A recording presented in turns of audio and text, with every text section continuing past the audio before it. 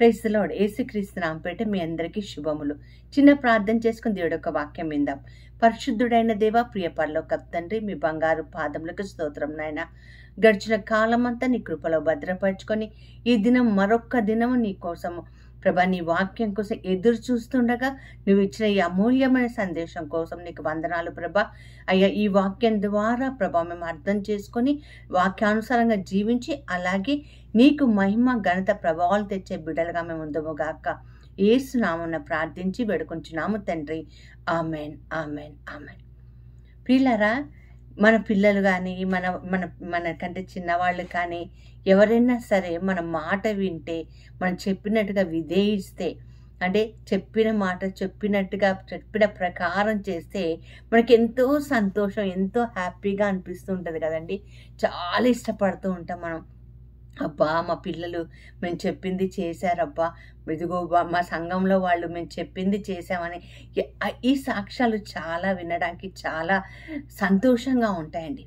అదేవిధంగా దేవాది దేవుడు చెప్పినప్పుడు కొన్ని మాటలు ఏ మాత్రము డిస్కషన్ లేకుండా, ఏ మాత్రము ఇంకా చిరాకు పడకుండా, ఏ మాత్రము కొంచెం కన్ఫ్యూజన్ కాకుండా చెప్పింది చెప్పినట్టుగా చేసిన కొంతమందిని ఈరోజు పరిశుద్ధాత్మ దేవుడు జ్ఞాపకం చేశారు. మరి ఆ విధంగా మనం ఆ వాక్యాలు విని మన జీవితంలో దేవుడికి ఎంత మేర మనం వింటున్నామో ఒకసారి జ్ఞాపకం చేసుకుందాం. లూకా సువార్త 5వ అధ్యాయం 4వ వచనంలో మనం చూస్తున్నట్లయితే యేసు ప్రభువు వారు పేతురు గారితో అంటున్నారు, నీ దోణను కొద్దిగా లోతులోకి వెళ్ళి పంపించు అని అన్నాడండి.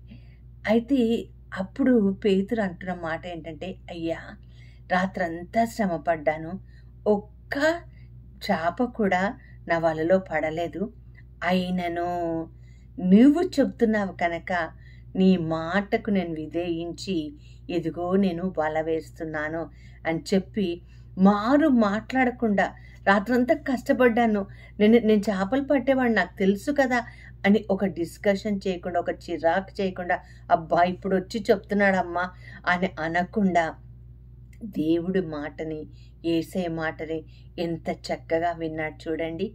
మరి ఈరోజు ఆత్మ పరిశీలన చేసుకుందామా? ఒకవేళ దేవుడు మనతో ఏదైనా చెప్పినప్పుడు చెప్పింది చేస్తామని చెప్పి కూడా చాలా సందర్భాలు చేయకుండా ఉంటామండి. ఇప్పుడు కాదులే, తర్వాత చూద్దాంలే, తర్వాత అని అనుకుంటూ ఉంటాం. పేతురు గారు యేసుప్రభు చెప్పిన వెంటనే విధేయించి, అంతకుముందు రాత్రి అదే పనిలో అతనిలో నిరాశ ఉన్నా, చాలా చిరాగ్గా ఉన్నా, అవి ఏమీ కూడా దేవుడి మాటకు లోబడడానికి ఆయన ఏ మాత్రము కూడా వెనకాడలేడు. అందుకని ఆయన దోనంతా నిండింది, అంతేకాకుండా పక్కనున్నోళ్ళ దోణను కూడా నింపగలిగాడు. ఈరోజు ఒక ఆత్మ పరిశీలన చేసుకుందాం. దేవుడి మాటని మనం ఆయన చెప్పింది చెప్పినట్టుగా వింటున్నామా? ఇంకొక వ్యక్తిని పరిశుద్ధ గ్రంథంలో మనం చూసినట్లయితే నోహా అండి. ఈ వ్యక్తిని మనం ఆదికాండం 6వ అధ్యాయము 14 నుంచి 22 వచనాలు అక్కడ చదివితే ఆయన పిలిచి ఒక మాట చెప్తున్నాడు.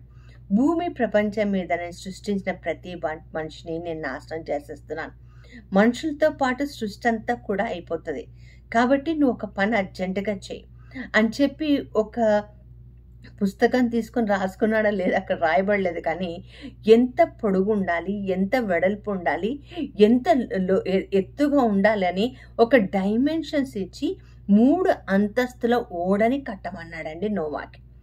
నోవా కార్పెంటరా అంటే కాదు. మరి నోవా వర్షాన్ని చూశాడా?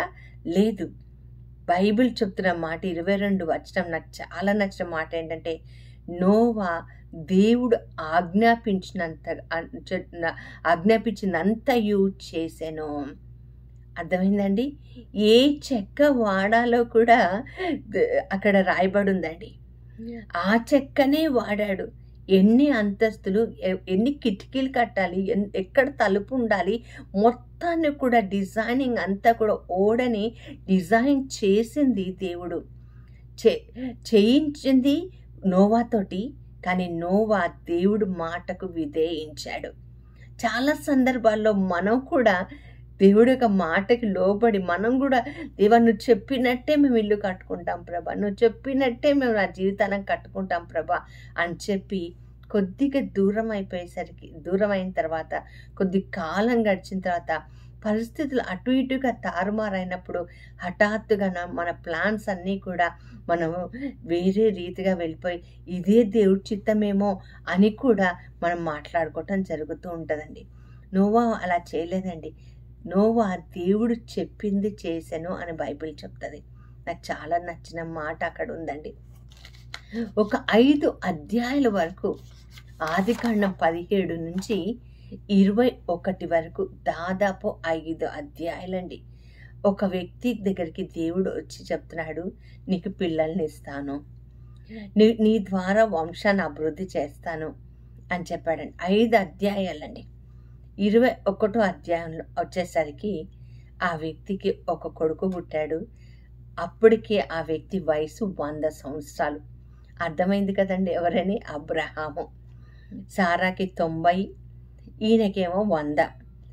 21వ అధ్యాయంలో 17 నుంచి ప్రారంభిస్తే 17, 18, 19, 20, 21 5 అధ్యాయాల వరకు కూడా మాటను ఆయన దేవుడు ఇచ్చాడు. అయినా కూడా 25 అధ్యాయాల వరకు నెరవేర్చలేదు. 5వ అధ్యాయంలో దేవుడు సారాను కనికరించి కుమారుడిని దయచేశాను, అతనికి ఈసాకు అని పేరు పెట్టాడు. బాగుంది, పిల్లోడు పుట్టాడు అని సంతోషం వచ్చేసరికి మరుసటి అధ్యాయమే అండి, పక్క అధ్యాయమే అండి. 22లోనే దావీదుని అబ్రహాముని దేవుడు పిలుస్తున్నాడండి. పిలిచినప్పుడు వెంటనే చిత్తం ప్రభు అన్నాడు, నువ్వు పని చెయ్యి, నేను మోరియా ప్రాంతానికి పంపిస్తాను, నేను చూపించిన పర్వతానికి ఎక్కు, అక్కడ నువ్వు ప్రేమిస్తున్న నీ కుమారుడిని నాకు బలిగా ఇవ్వమన్నాడండి. ఏమంటున్నాడు? నువ్వు ప్రేమిస్తున్న 5 అధ్యాయాలు ప్రభా, నువ్వే చెప్పావు, నువ్వే ఇచ్చావు, మళ్ళీ బలి అంటున్నావేంటి అని ఒక మాట కూడా పలకలేదండి. వెంటనే కట్టెలు నిప్పు తీసుకొని కొడుకుని తీసుకొని ప్రయాణం వెళ్ళాడు. బైబిల్ చెప్తుంది 3 రోజుల ప్రయాణం చేశాడట. 3 రోజుల్లో ఎంత ఆత్మశోభను అనుభవించి ఉండవచ్చు, కానీ ఎక్కడ కూడా రాయబడలేదండి. దేవుడు చెప్పిన మాటని విధేయించాడు అబ్రహాం. ఆయన చెప్పినట్టుగానే లేచి పని ప్రారంభించినట్టుగా పరిశుద్ధ గ్రంథం రాయబడింది. దానికి రిజల్ట్గా చూస్తే, ప్రతిఫలంగా చూస్తే దేవుడు జోక్యం చేసుకొని ఈసాకుని అలా బలిగా అర్పించబడలేదు, అతన్ని రక్షించినట్టుగా మనం చూస్తాం. ఈ 3 విషయాల్లో, ఒకటి పేతురు, రెండోది నోవాహు, మూడోది అబ్రహాం. ఈ 3 విషయాలు చాలా జాగ్రత్తగా గమనిస్తే ఎక్కడా కూడా వాళ్ళు ప్రార్థన చేసి వాళ్ళ ప్రార్థనకి జవాబు దొరికినట్టుగా ఇక్కడ లేదండి. పేతురు చేపల కోసం ప్రార్థన చేసినట్టు లేదు. దేవుడు యేసు ప్రభువారే జోక్యం చేసుకొని చేపల్ని ఇచ్చినట్టుగా ఉంది. నోవాహు ఎలా జీవించాడన్న దేవుడే లెక్క ఇచ్చాడు సర్టిఫికెట్. నేను ఓడ కట్టుకుంటాను ప్రభా అని నోవాహు అడగలేదండి. అబ్రహాము ఏ రోజు కూడా పిల్లల గురించి ప్రార్థన చేసినట్టుగా రికార్డ్ లేదు. ప్రార్థన చేయని వాటికి పరీక్షించి విధేయత చూపిస్తే ప్రతిఫలం ఉన్నట్టుగా దేవుడు ఈ యొక్క సందర్భంలో రాసినట్టుగా ఉంది. మరి చాలా సందర్భంలో మన జీవితాన్ని ఒక్కసారి తొంగి చూసుకుంటే మరి మన జీవితం ఎలా ఉంది? మనం విధేయించగలుగుతున్నామా? తలకి చిత్తం ప్రభు అని దేవుడి యొక్క సందేశాన్ని తీసుకోగలుగుతున్నామా? లేదా ప్రతి దానికి పెద్దగా ఆర్గ్యూ చేసుకుంటూ, డిస్కషన్స్ చేసుకుంటూ, దేవుడు నాకెందుకు ఈ శ్రమ అనుమతించాడు, ఇంత కాలయాపన ఎందుకు చేస్తున్నాడని గొనుగుతున్నామా, సనుగుతున్నామా? ప్రశ్నించుకుందాం. బలి అర్పించుట కంటే విధేయించటం మంచిదని బైబిల్ మనకు నేర్పించింది. కాబట్టి ఈ ముగ్గురు వ్యక్తులలో నువ్వుంటే నేను ధన్యులమే. లేదంటే కలిసి ప్రార్థన చేసుకుందాం, దేవుడి మాటకు లోబడడానికి. ప్రార్థన చేసుకుందామా? పరిశుద్ధుడైన దేవ, ప్రియ పరలోకపు తండ్రి, మీ బంగారు పాదములకు స్తోత్రం నాయన. గడిచిన కాలమంతా నీ కృపలో భద్రపరచుకొని అయ్యా, నీ మాటకు మారు మాట్లాడకుండా అయ్యా విధేయించడానికి పేతుర్ని, నోహాముని, అబ్రహాముని మా ముందు ఉంచిన దేవానికి వందనాలు. వీళ్ళ ద్వారా మా జీవితాల్లో తొంగి చూసుకుంటే అనేక మార్లు నువ్వు చెప్పిన బాటలో వెళ్లకుండా అనేక శ్రమలు మేము పడ్డాం ప్రభా.